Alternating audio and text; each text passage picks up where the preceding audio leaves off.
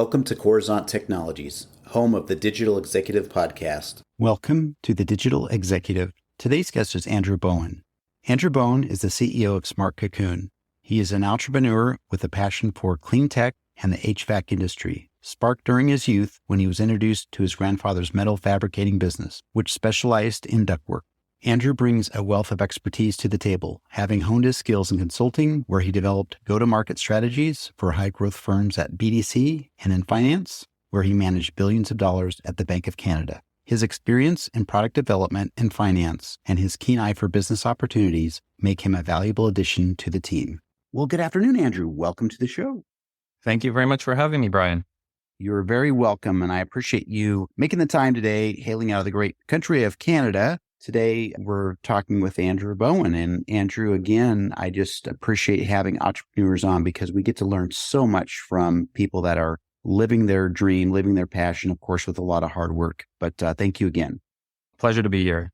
Andrew, jumping in here, you've got quite the career in finance, a strategic advisor. You were a senior executive. Now you're the CEO of SmartCocoon. Could you share with our audience the secret to your career growth and what inspires you? It's a great question. And it's funny how life happens. And I think for most of my career, I think opportunities, because I was open to them, they came to me just very naturally. And I think it's really just having that really open mindset to say, hey, that could be interesting. Let me find out more about it. And oftentimes it was just someone saying, hey, have you checked this out? You might find it interesting. And I'll spend a couple hours. And for me, this is where my passion comes in. I'll start really digging into, say, it's a specific company or a specific opportunity. Then I just get really excited about, okay, what do they do? How can you innovate within this field? Like what's happening in this field? And you just enthrall yourself in there. And oftentimes before these opportunities, before I even think about taking them, I probably spend a day or so or even more just researching and really figuring this out and seeing if does this really excite me? Because I think we talk about hard work, but I like the fact that, I think typically how my career has progressed has been quote unquote through hard work, but it was really driven by passion and about being excited about innovating in each of those kind of roles. And that excitement makes it more of a game, like a puzzle you're trying to solve. You're always coming up against challenges and you're trying to figure out, okay, how do I solve that puzzle? And then what different ways can I do that? What are other people doing? And then just sometimes just sitting quietly and trying to think about how we can tackle those challenges. And I think that's really, for me, what's worked really well for my career is that it's really been driven by passion at each time. I've never taken a position or a role that I didn't love, that I didn't think, oh, I'm really going to learn a lot. I'm really excited about it. And I think that to me served me extremely, extremely well because it made it easy, even though you're working hard doing long hours and that kind of thing, but it doesn't feel that way. It feels like it's still energizing you. And for me, once you feel that you stop being energized with what you do, it's a good time to step back and say, is it time to try something else? Because life's too short to do something that you're not passionate about. Absolutely. And I love that story. A lot of energy. We can hear it in your voice. And every podcast is different. Every story is different. But we certainly love the ones where the energy is coming through. And that's what you're doing with our podcast today. Awesome.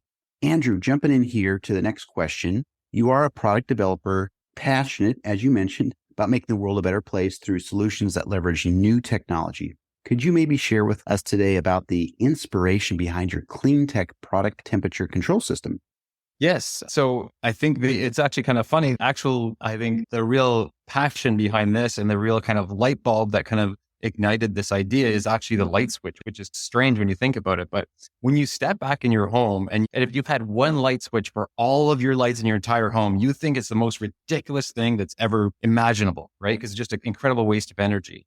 At the same time, every day, people are going into their homes with one thermostat to control the temperature in every room in their house, which we all know doesn't work. You end up with hot and cold rooms and people don't like, someone wants it hotter in one room, someone wants it cooler in another room, and it really doesn't work. And we realized that as this company that it was an incredible waste of energy. So in Canada here in the US, it's very similar. About 2/3 of your energy usage in your home is for heating and cooling. So it has a much, much bigger impact than lighting ever will. Lighting is just a fraction of compared to heating and cooling.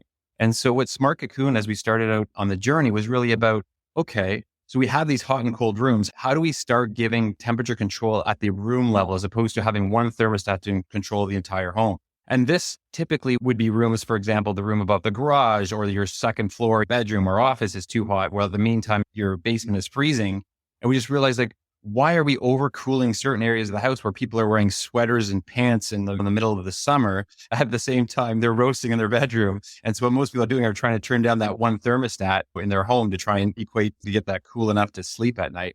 And so what this technology really does, it actually says, okay, we want to redirect that cool air to where we actually want it. And so the devices that we have with SmartCocoon are simply take your vent cover off, drop it in, put the vent cover back on, plug it in the wall, and the AI will start sensing when your system comes on and automatically start pulling more cool air into that specific room, giving you that room by room temperature control. And then part of our innovation, obviously, as we move more into the smart home, we've got an app, and and our future plan is actually start the smart home. Hey, Alexa, turn my temperature to my office to 22 degrees, please. Or obviously in the US, it'll be in Fahrenheit, but that's the same kind of concept where you actually get that room by room temperature control. I love that. That's so awesome. And we were just talking about that, how it's so frustrating here in the Midwest. Your basement's freezing in the summer, but you're doing everything to keep the upper part of your home cool. It's just so frustrating. So I'm glad that you have this product, and I'm so excited to share this with our global audience today. No, and today too, with obviously energy prices being higher. So our devices save on average about 30%. So it's a massive, massive saving both in your pocket and at the same time, you're helping the environment. I think that's one of the passions I had for joining SmartCocoon as well, that it's very rare in life that you can actually do something that makes you more comfortable, saves you money, and you're doing something good for the environment. There's no trade-off. All those three things are working in tandem together. So I couldn't think of a better company to join because of that reason. That's awesome. So Andrew, we are a tech platform and podcast here. I'm a techie. We do like to ask our guests if you're leveraging any of that new or emerging tech in your business or your tech stack. And if not, maybe there's a cool tool or app you could share with our audience today. Yes, we're always looking to innovate and looking at different things. And so obviously generative AI is kind of a big thing right now. And one of the really cool kind of things that we've used, because obviously as a company, we're always looking at marketing because we're both D2C and B2B. It's like, how do we create really good imagery for both kind of our social media? And we always found that it was a slow process trying to get what we wanted. And so we actually started using Mid-Journey. And so that's kind of a similar product to OpenAI's DALL-E.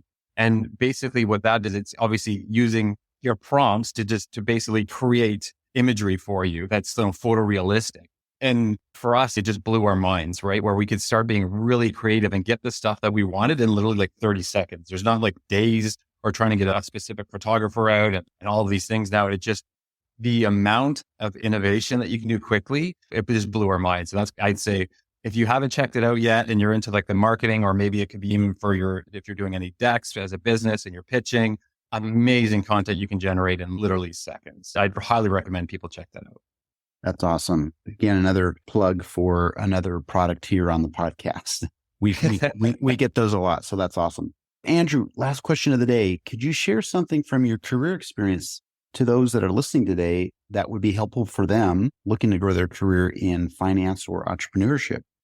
Yeah, I think one of the things that, like, I sat back and looking back at my career, and I think, and the decisions that you make, I think it's really, really important that you're making the decisions for the right reasons, no matter where you are, if you're in finance or entrepreneurship. And it's really about making really good decisions, because that's what's going to define your career. That's what's going to define how much you enjoy work. Are you making the right decisions every day?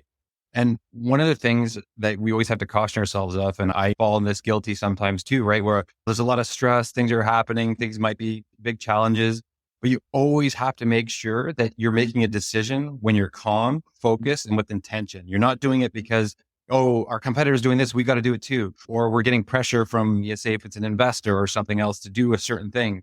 You have to really step back and think, is this the right decision for the company right now? Or is this the right decision I'm making for my career right now? And being in a very calm, kind of open mindset state, because those times where I made decisions when I wasn't in that state, it ends up with more challenges down the road. Whereas if you say, okay, I got to step back, I'm going to really think about this. What's the right thing to do right now? The decisions always become, if they feel very natural and they're like, yeah, you just know intuitively that's the right thing for us to do right now. And when you make decisions that way, everything falls into place much more naturally, both for your career and in that specific kind of position.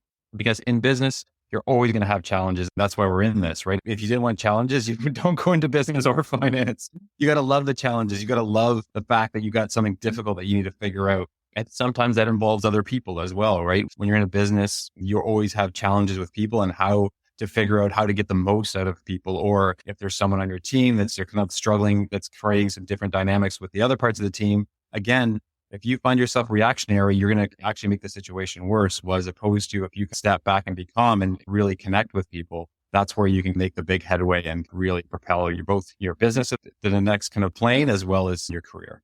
Thank you. Love that. And again, as I mentioned earlier, we love the energy, the passion, the enthusiasm. We hear it in your voice. It comes across the podcast loud and clear. Love that. So again, thanks for the gems today, Andrew. It was a pleasure having you on today, and I look forward to speaking with you real soon. Perfect. Thank you very much, Brian. Bye for now.